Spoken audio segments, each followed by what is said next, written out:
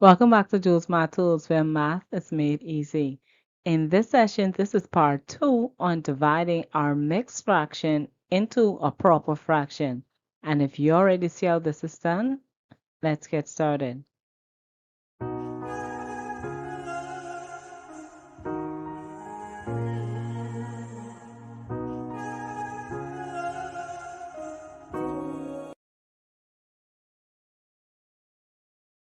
So in our session today, we're going to be calculating the quotient of our proper fraction and a mixed fraction. And as always, before you begin your calculation, remember that you do have to convert that mixed fraction, which is 2 3/4, into its improper fraction form. And remember that if you aren't familiar with how to do that, make sure to go back and review previous videos on how to take those steps to change a mixed fraction into an improper fraction. And make sure that you practice some fractions of your own so that you will be able to follow along with the other steps and practices that we're going to be working through in our videos.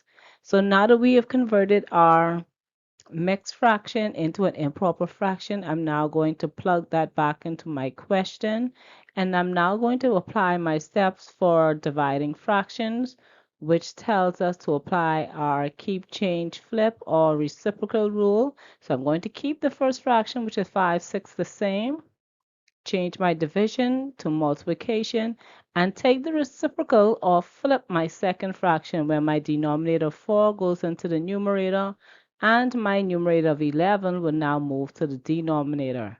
Now at this step, this is something I did not do in the first video that I am going to be doing here, where I'm going to simplify my fraction first before I begin my multiplication. Remember that whenever you are simplifying a fraction, it has to be between a numerator and a denominator. Now, that can be within the same fraction or it can be across two fractions, but it has to be with a number that's at the top of your fraction and a number that's at the bottom of the fraction. That's your numerator and your denominator. So for this fraction, I will be simplifying 4 and 6 by the number 2 because that's a common factor that I realize both of these numbers has. So I will be dividing 4 by 2, which will equal to 2. And I will be dividing 6 by 2, which will equal to 3.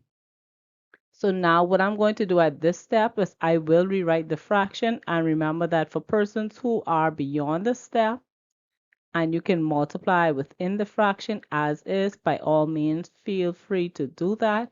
But as always, I have to work through the steps for my persons who may not be up to speed as yet. So we'll now multiply our numbers. So we'll multiply 5 times 2, which is equal to 10. And we'll multiply 3 times 11, which is equal to 33. And if you watch the first video that we did on this exact same question where I just multiplied the numbers out, we had to work with a little bit of a larger set of numbers.